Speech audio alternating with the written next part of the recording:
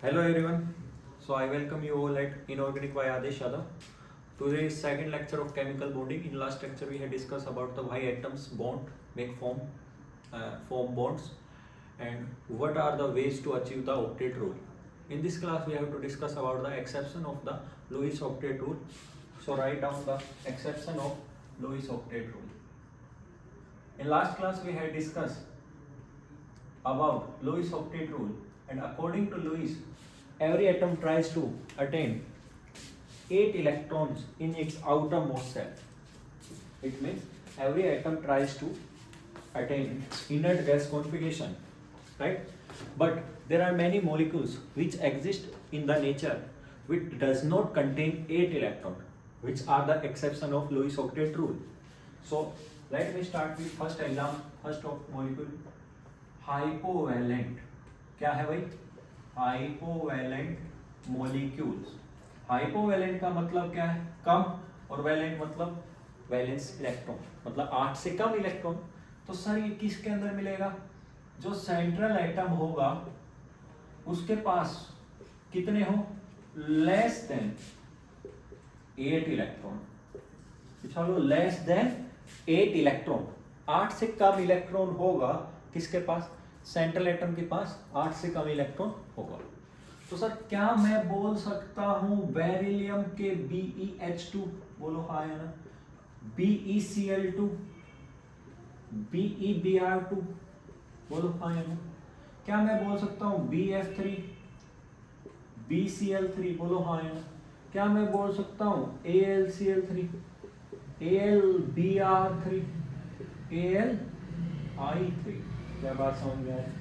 अब देखिए एक इलेक्ट्रॉन काउंट करते हैं जल्दी जल्दी. देखो बेरिलियम है, कितने इलेक्ट्रॉन होते हैं? बैलेंस शेल में 2, तो 2 बॉन्ड बनाएगा किसके साथ? 2 हाइड्रोजन. 2 हाइड्रोजन आएगा, एक हाइड्रोजन एक इलेक्ट्रॉन आएगा, दूसरा हाइड्रोजन दूसरा इलेक्ट्रॉन लाएगा. तो यहाँ कितने हो गए? 2 + 2 4. यहाँ बताओ 2 + 2 4. यहाँ बताओ 2 + 2 4. क्या बात समझ में? क्या ब्रोमीन साइड एटम है और इसकी वैलेंस शेल NH2NP5 है, तो इसको एक इलेक्ट्रॉन चाहिए अपने आप को स्टेबल होने के लिए. क्या बात समझ में आ रही? इसलिए एक इलेक्ट्रॉन एक ब्रोमीन, दूसरा इलेक्ट्रॉन दूसरा ब्रोमीन, 2. और बेरिलियम को कितना बॉन्ड बनाना है? बेरिलियम के पास आउटर मोस्ट शेल में कितने इलेक्ट्रॉन? 2. तो कितनी वैलेंसी है? 2. तो कितने इलेक्ट्रॉन? 4 हो गए. तो होने कितने चाहिए थे? 8. 8 से कम है, इसलिए क्या है? हाइपोवैलेंट. क्या ये एक्सेप्शन हो गए? Less than 8. ये बोरोन है, बोरोन के पास कितने इलेक्ट्रॉन? 3. और 3 फ्लोरीन के कितने हो गए? 6. 3 + 3 6, 3 + 3 6, 3 + 3 6, और 3 + 3 6. तो मतलब इन सबके पास क्या 8 से कम इलेक्ट्रॉन है. तो जितने इन्हें हैं इन सबको क्या बोलोगे आप? हाइपोवैलेंट. क्या बोलोगे? हाइपोवैलेंट. दूसरा देखिए सर, हाइपो हो गया तो क्या सर 8 से ज्यादा हो सकते हैं? मैं बोला हाँ, तो 8 से ज्यादा हो सकते हैं, तो मतलब पीछे वालों क्या ऐसा बोल दूं? हाइपरवैलेंट. बोलो हाँ है ना, आर है भाई. हाइपरवैलेंट मॉलिक्यूल्स, बोलो हाँ या ना. बोलो सर हाइपर मतलब ज्यादा, तो मतलब सेंट्रल एटम के पास क्या मोर देन 8 इलेक्ट्रॉन होंगे क्या? बोलो हाँ या ना. दिखने में बहुत आसान टॉपिक है, इस साल नीट के अंदर आपके पास एग्जाम में यहाँ से क्वेश्चन आया है. बताओ क्या PCl5 हो सकता है? बोलो हाँ या ना. क्या आपके पास SF4 हो सकता है? SF6 हो सकता है? SO2 हो सकता है? SO3 हो सकता है? क्या ये सब हाइपोवैलेंट की कैटेगरी में आते हैं? क्या बात समझ? एग्जाम्पल होने को तो बहुत हो सकते हैं. क्लियर है? अब देखिए ये PCl5 है, फॉस्फोरस के खुद के 5 और 5 किसके पास? बोलो यार, क्लोरीन के 5 और 5 कितना? 10. यहाँ बताओ सल्फर के 6 और किसके? 4 10. यहाँ बताओ 6 + 6 12. यहाँ बताओ 6 किसके? बोलो यार 6 किसके? सल्फर के. और एक ऑक्सीजन 2 इलेक्ट्रॉन लेके आएगा, बोलो बॉन्ड बनाना, नीचे 2 इलेक्ट्रॉन है मेरे पास, ले लो ले लो. दूसरा ऑक्सीजन आएगा, मेरे को दूसरा 2 इलेक्ट्रॉन है मेरे पास, ले लो ले लो. तो 4 इलेक्ट्रॉन यहाँ से आएंगे, तो कितना हो गया? 10. और यहाँ 6 + 3 है, एक ऑक्सीजन 2 लाएगा, 3 कितने लाएंगे? 6. तो यहाँ कितने हो गए? 12. क्या सब में 8 से ज्यादा इलेक्ट्रॉन है? क्या क्या हाइपरवैलेंट है? क्या क्या बात समझ में आ गई? बोलो है. तो हाइपरवैलेंट कौन बना पाएंगे? जिनके पास क्या हो? डी ऑर्बिटल प्रेजेंट होती है, वो सब हाइपरवैलेंट बना सकते हैं। क्या बात समझ में आ रही? तीसरी कैटेगरी सुनिए, तीसरा है आपके पास ओड इलेक्ट्रॉन मॉलिक्यूल्स, ऐसे मॉलिक्यूल्स जिनमें क्या हो, ओड इलेक्ट्रॉन हो। तो सर ओड इलेक्ट्रॉन क्या मतलब क्या है कि भाई आप काउंट करोगे तो आपके पास दो तरीके हैं, total number of electrons count कर लो और दूसरा है उस मॉलिक्यूल के वैलेंस इलेक्ट्रॉन काउंट कर लो। क्या काउंट कर लो? Valence electron. अगर वैलेंस इलेक्ट्रॉन ओड हुए और total number of electron odd हुए तो वो स्पीसीज कैसी होगी? Odd electron molecule. क्या बात समझ में आया? या फिर आप देख सकते हो स्ट्रक्चर बनाओगे, एक अनपेड इलेक्ट्रॉन बच गया तो स्पीसीज कैसी होगी? Odd electron molecule. कैसी स्पीसीज होगी? ओड। तो बोला सर, मैं बोला हाँ, बोला सर क्या एक इलेक्ट्रॉन बच गया तो क्या वो पैरामैग्नेटिक हो गया क्या? मैं बोला हाँ। तो बोला सर क्या जितने भी ओड इलेक्ट्रॉन स्पीसीज होती हैं वो सारे पैरामैग्नेटिक होंगे क्या? मैं बोला हाँ। बोला सर इवन इलेक्ट्रॉन की बात कर लूं? मैं बोला कर ले। बोला सर अगर इवन इलेक्ट्रॉन है तो सर वो हमेशा डाया होगा? बोला ना, ये किसने कहा? इवन होगा तो पैरा भी हो सकता है और डाया भी हो सकता है। बोलो हाँ या ना? क्या बात समझ में आ रही है? एग्जाम्पल देखो, क्या NO2 लिख दूं, क्या NO लिख दूं, क्या ClO2 लिख दूं, क्या ClO3 लिख दूं? There are lot of example which are described here, right? एक एक करके मैं इनके बारे में बात करता हूँ। I hope you have written this hypovalent, जिसमें 8 से कम इलेक्ट्रॉन होंगे, इलेक्ट्रॉन काउंट कर लेना, एग्जाम्पल रटने मत बैठ जाना। क्या बात समझ में आ रही? नेक्स्ट देखिए, अब मैं ओड इलेक्ट्रॉन की ही बात कर रहा हूँ तो सबसे पहले मैं एक एग्जाम्पल से समझाने की कोशिश करता हूँ। मैं आपको NO से समझाता हूँ। देखिए NO से, ये बात कर बस नाइट्रोजन दो तरीके हैं। नाइट्रोजन के टोटल इलेक्ट्रॉन काउंट करो, कितने हैं? 7। ऑक्सीजन में कितने होते बोलो? 8। कितने हो गए इलेक्ट्रॉन? टोटल इलेक्ट्रॉन है ऑक्सीजन में 8, नाइट्रोजन में 7, 15। क्या ओड नंबर है क्या? तो एक ऐसी स्पीसीज है ओड इलेक्ट्रॉन स्पीसीज। क्या बात समझ में आई? दूसरा देखिए, नाइट्रोजन के वैलेंस शेल में कितने बोलो यार? ग्रुप 15 का है, और आपको पता है कि सर अगर ग्रुप 13 का है तो 3 वाला वैलेंस इलेक्ट्रॉन, ग्रुप 14 है तो ये 4 क्या हो गए उसमें? वैलेंस। ग्रुप 15 है तो 5 क्या हो गए? Valence electron. ग्रुप 16 है तो 6 क्या हो गए? Valence electron. ग्रुप 17 है तो ये 7 क्या हो गए? Last digit. बात समझ में आया? ग्रुप की लास्ट डिजिट किसको बताएगी? Valence electron. बताओ यार नाइट्रोजन के वैलेंस इलेक्ट्रॉन कितने? क्या ये NH2NP3 है? 2 और 3 5। क्या इसके अंदर बोलो यार, क्या इसके अंदर वैलेंस सेल और आउटर मोस्ट सेल एक होती है? बोलो हाँ या ना? S और P के अंदर एक होती है। तो बताओ नाइट्रोजन के कितने हो गए वैलेंस इलेक्ट्रॉन? बोलो 5। प्लस ऑक्सीजन के कितने हो गए?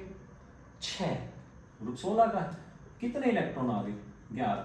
क्या ये किसका कैसा ओड इलेक्ट्रॉन है? बोलो हाँ या ना? तो यार नोट डाल के लिखना, all odd electron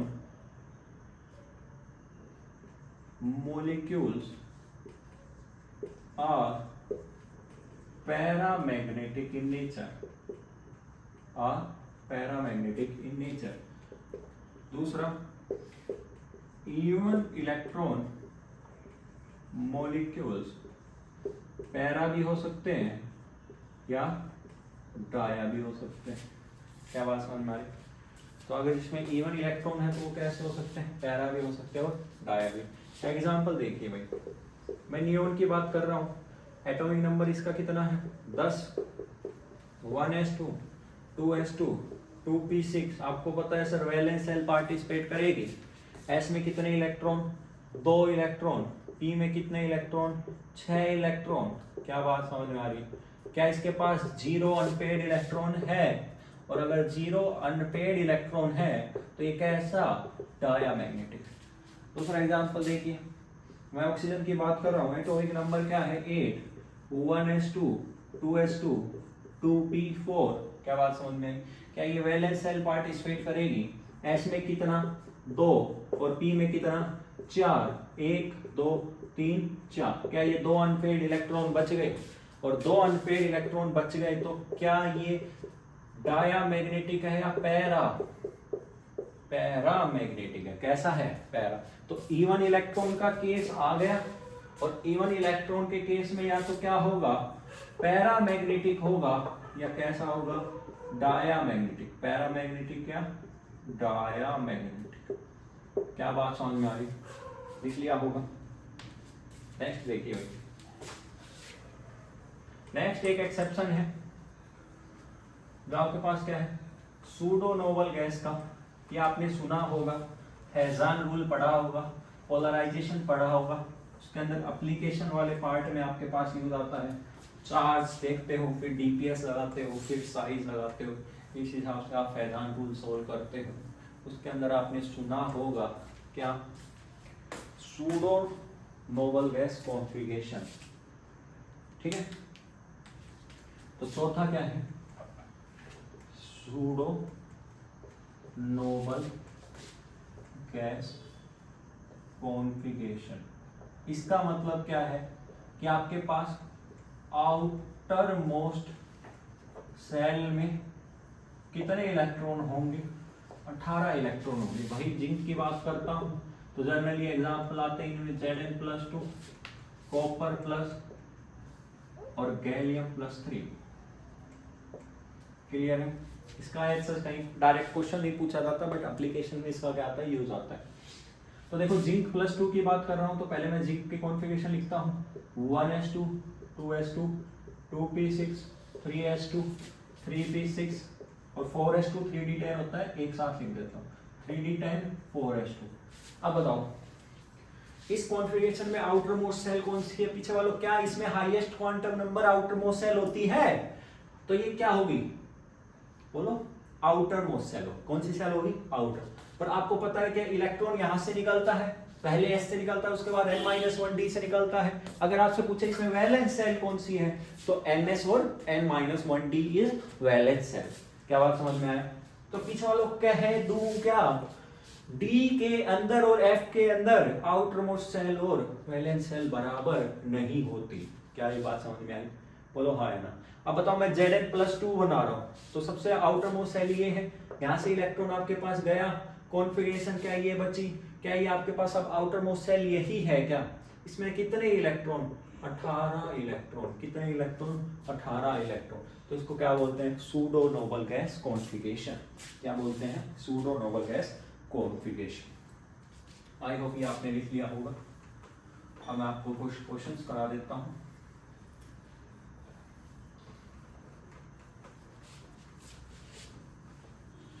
क्वेश्चन लिखिए,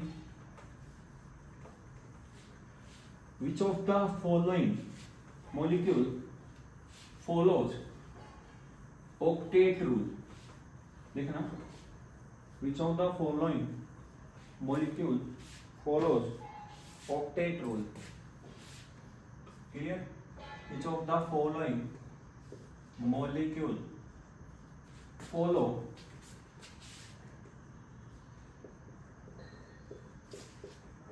octet rule।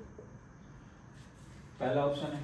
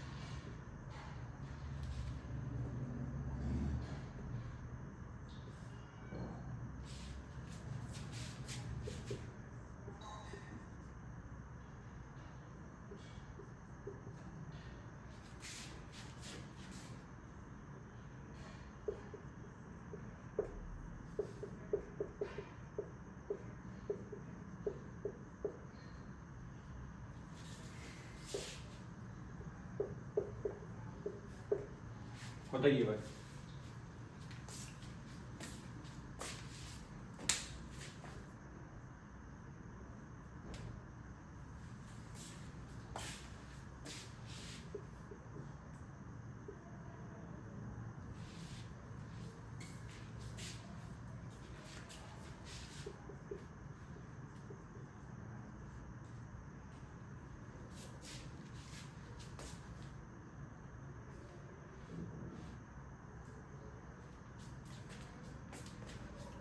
कुछ क्वेश्चन है इसमें जो अभी मैंने पढ़ाया नहीं, बट पूछ सकता है, इसलिए मैंने लिख दिया, क्योंकि आगे आएगा तो कोई दिक्कत नहीं, बाद में अपन डिस्कस कर लेंगे।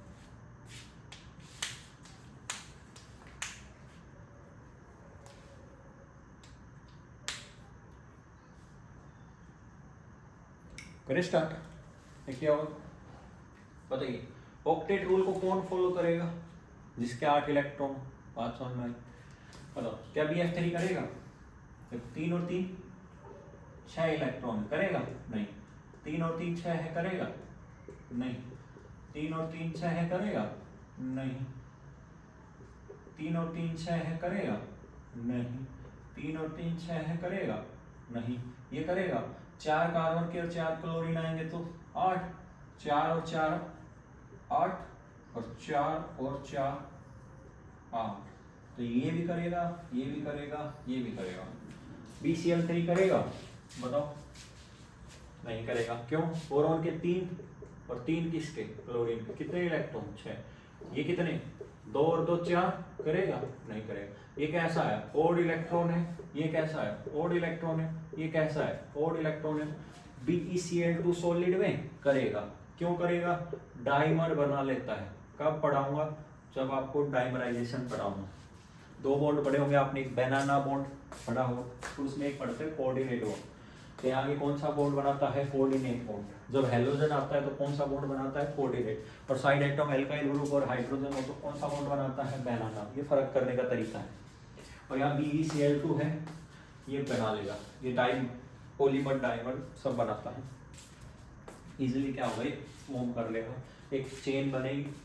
तो इसमें अलग अलग पूछता है, सॉलिड कब होगा, वेपर फेज में कब होगा, वो हम डिटेल में बाद में डिस्कस करेंगे। NO इलेक्ट्रॉन करेगा? नहीं। ये क्या है? हाइपोवैलेंट है। क्या है? हाइपोवैलेंट है या हाइपर वैलेंट है? क्या है ये? हाइपर। बताओ, सल्फर में 6 और 4 कितने? 10। कितने? 6 और 6 कितने? 12। करेगा क्या? नहीं करेगा। PCl5 करेगा? नहीं करेगा। 5 और 5 10। PF5 करेगा? 5 और 5 10। 5 और 5 10। B2H6 करेगा? कभी भी नहीं करेगा। हमेशा इलेक्ट्रॉन डेफिशिएंट ही रहता है, चाहे बनाना बॉन्ड बना ले और ना बनाए। क्या बात समझ में? BF3 का डाइमराइजेशन करोगे तो B2H6 बनेगा, तो ये भी नहीं करेगा और ये भी नहीं करेगा। ये बनाना बॉन्ड बनाता है। कौन सा बॉन्ड बनाता है? बनाना बॉन्ड। और बनाना बॉन्ड बनाने के बाद भी ये क्या होता है? इलेक्ट्रॉन डेफिशिएंट होता है। क्या होता है? Electron deficient. क्या बात समझ में आ रही? हाँ या ना? जो ये बॉन्ड बनाता है 2 सेंटर्ड 3 इलेक्ट्रॉन बॉन्ड, ये बात की बात है। और कोऑर्डिनेट बॉन्ड बनता है तो बनता है 2 सेंटर्ड 4 इलेक्ट्रॉन बॉन्ड, क्योंकि यहाँ क्लोरीन अपना लोन पेयर देगा हेलोजन, तो वहाँ पूरा 2 इलेक्ट्रॉन जाता है और यहाँ से एक इलेक्ट्रॉन ही रहता है बॉन्ड के बीच। We will discuss this later, no problem. क्या बात समझ में? क्या आप लोगों ने इतने एग्जाम्पल लिख लिए? क्या बोलो भाई, सब कर दो। नेक्स्ट देखिए भाई, एक एग्जाम्पल था ना इसमें AlF3, तो उसमें क्या बताया मैंने? 6 भी है। उसको करेक्ट करना है, मैं तो उसको फ्लो में भूल ही गया। उसकी कहानी सुनाता हूँ आपको, है? क्या यू शुड करेक्ट इट। आपके पास है AlF3, क्या है? एक है AlCl3 और एक क्या है? AlBr3, है ना? सुनिएगा, और देखो आपके पास जो AlF3 है ये ऑक्टेट रूल को फॉलो करता है। किसको फॉलो करता है? ऑक्टेट रूल को फॉलो करता है। ऑक्टेट रूल को फॉलो करता है। बट ये दोनों क्या होते हैं? इलेक्ट्रॉन डेफिशिएंट होते हैं। क्या होते हैं? Electron deficient. बताओ, एल्यूमिनियम क्या है? मेटल है। फ्लोरीन क्या है, नॉन मेटल है, और मेटल और नॉन मेटल का बॉन्ड कौन सा बनता है, आयनिक। तो इसके अंदर कौन सा बॉन्ड है, आयनिक बॉन्ड है। कौन सा बॉन्ड है, आयनिक। बट इन दोनों के अंदर कौन सा बॉन्ड है, कोवेलेंट। कौन सा बॉन्ड है, कोवेलेंट बॉन्ड। बोलो हाँ है ना। ये मेटल है, ये नॉन मेटल है। होना कौन सा चाहिए था, आयनिक, बट होता कौन सा कैरेक्टर है, कोवेलेंट कैरेक्टर। कौन सा कैरेक्टर होता है, कोवेलेंट कैरेक्टर। अब कोवेलेंट कैरेक्टर होता तो वो शेयरिंग करेगा, और आयनिक कैरेक्टर है तो वो ट्रांसफर करेगा। तो ट्रांसफर करके क्या बना होगा, Al+3, और क्या बना होगा, F नेगेटिव। अब बताओ Al+3 की क्या नोबल गैस की कॉन्फ़िगरेशन आ गई, क्या नियोन की कॉन्फ़िगरेशन आ गई। बोलो यार, क्या इसमें 2s2 2p6 लिख दूं क्या, क्या बताओ, क्या ये भी नियोन की कॉन्फ़िगरेशन आ गई, क्या ये भी 2s2 2p6 लिख दूं क्या ये भी स्टेबल है क्या, ये भी स्टेबल है क्या, क्या ये ऑक्टेट रूल को फॉलो कर रही है, बोलो हाँ यार। बट ये कैसा है, कोवेलेंट। तो कोवेलेंट है तो ये बना पाएगा, नहीं बना। अब दुनिया में हजारों मॉलिक्यूल है, आपको ये नहीं पता चलेगा कब कौन कोवेलेंट है कब कौन आयनिक है। क्या बात समझ में आ रही। तो इसके लिए आपको मैं बता देता हूँ तरीका, जो जो आपके काम का है, कि कौन सा कोवेलेंट है और कौन सा आयनिक है। देखिए, एल्यूमिनियम है, बेरिलियम है और लिथियम है। इन तीनों के CBI, इन तीनों के CBI हमेशा कैसे होंगे, कोवेलेंट होंगे। कैसे होंगे, कोवेलेंट। तो C का मतलब क्या है, क्लोराइड, B का मतलब क्या है, ब्रोमाइड, और I का मतलब क्या है, आयोडाइड। क्या बात समझ में। मतलब सर, एल्यूमिनियम का क्लोराइड AlCl3 कैसा होगा, कोवेलेंट। एल्यूमिनियम का ब्रोमाइड भी कोवेलेंट, एल्यूमिनियम का आयोडाइड भी कोवेलेंट, बेरिलियम का क्लोराइड भी कोवेलेंट, बेरिलियम का ब्रोमाइड भी कोवेलेंट, बेरिलियम का आयोडाइड भी कोवेलेंट, लिथियम का क्लोराइड भी, लिथियम का ब्रोमाइड भी, और लिथियम का आयोडाइड भी कैसा होगा, कोवेलेंट। पीछे वालों, क्या मैंने एल्यूमिनियम का फ्लोराइड लिखा है, नहीं, तो वो कैसा होगा, आयनिक होगा। कैसा होगा, आयनिक होगा। क्या ये बात समझ में आई। वो फ्लो में भूल ही गया मैं तो उसको बोलना, ठीक है। अब देखो, ये बात क्लियर हुई। थोड़ा बेरिलियम के बारे में और जाने। देखिए, बेरिलियम के हैलाइड है, ग्रुप सेकंड के जो हैलाइड्स हैं वो सारे कैसे होते हैं, आयनिक होते हैं। कैसे होते हैं, आयनिक। तो यहां नोट डाल के लिखना, group second halides are ionic in nature. कैसे होता है, आयनिक इन नेचर। बाकी इसमें और डिटेल में स्टडी अपन आयनिक बॉन्ड में करेंगे, जो बाद में पढ़ेंगे, क्लियर। एक्सेप्ट बेरिलियम हैलाइड, किसको छोड़ के, बेरिलियम के हैलाइड को छोड़ के। ऐसा क्यों, क्योंकि जो बेरिलियम के हैलाइड है वो कैसे होते हैं, कोवेलेंट होते हैं। कैसे होते हैं, कोवेलेंट होते हैं। क्या इतनी बात क्लियर है। बेरिलियम के हैलाइड कैसे होते हैं, कोवेलेंट। बाकी ग्रुप साइकिल के जितने हैं, बोलो बोलो, बेटा, मांगे, कार, स्कूटर, बाग, राज, फ्लोराइड, क्लोराइड, ब्रोमाइड और आयोडाइड, ये कैसे हैं, बोलो, ये कैसे हैं, कोवेलेंट। ये कैसे हैं, कोवेलेंट। क्या बात समझ में आ रही। बाकी ये जो बचे इनके साथ ये कैसे होंगे, आयनिक होंगे। देखिए, इससे आपके बहुत सारे क्वेश्चन क्लियर हो जाएंगे। क्या बात समझ में आ रही, बोलो हाँ या ना। याद रखना AlF3 का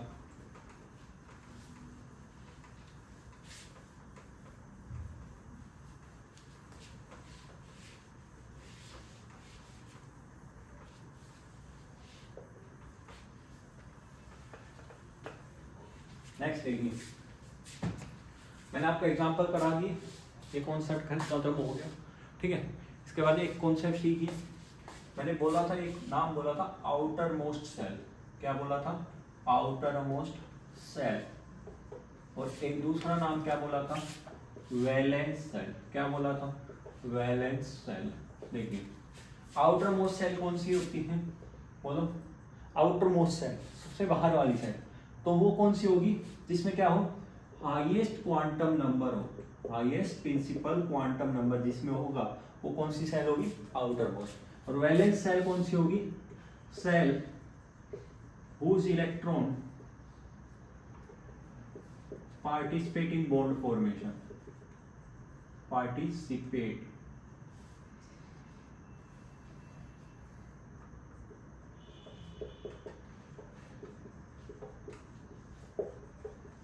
in bond formation। तो वो कौन सी सेल होगी? वैलेंस सेल। तो इसमें लिखना for S and P block outermost shell is equal to valence shell. Outermost shell is equal to valence cell. Example देखिए, नाइट्रोजन है 1s2 2s2 2p3, यही क्या है? आउटर मोस्ट सेल है, और यही क्या है? वैलेंस सेल है। आउटर मोस्ट सेल कौन सी है? 2s2 2p3, सबसे बाहर वाली सेल ये है, सेकंड सेल, और यही क्या है? Valence shell.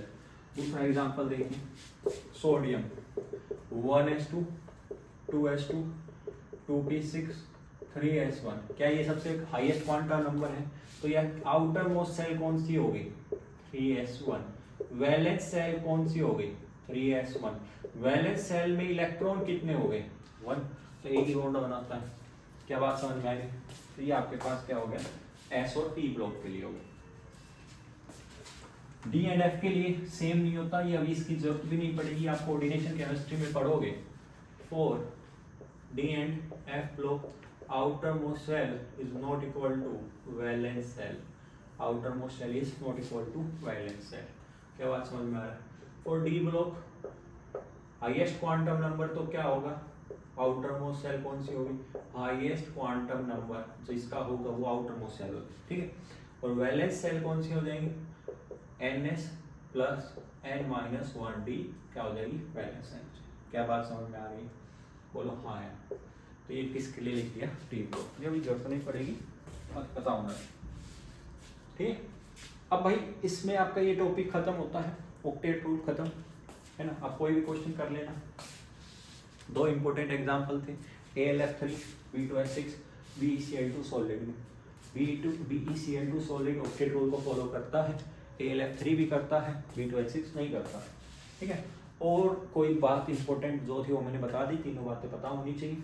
नेक्स्ट टॉपिक जो अभी स्टार्ट करेंगे वो अपन स्टार्ट करेंगे valency, covalency, existence and non-existence, and after that we will start about covalent bond and VBB. I hope you understand the video, and I promise you that you will just feel the IUC. It will be going to be the best subject for you. Thank you and show your support. Have a good day.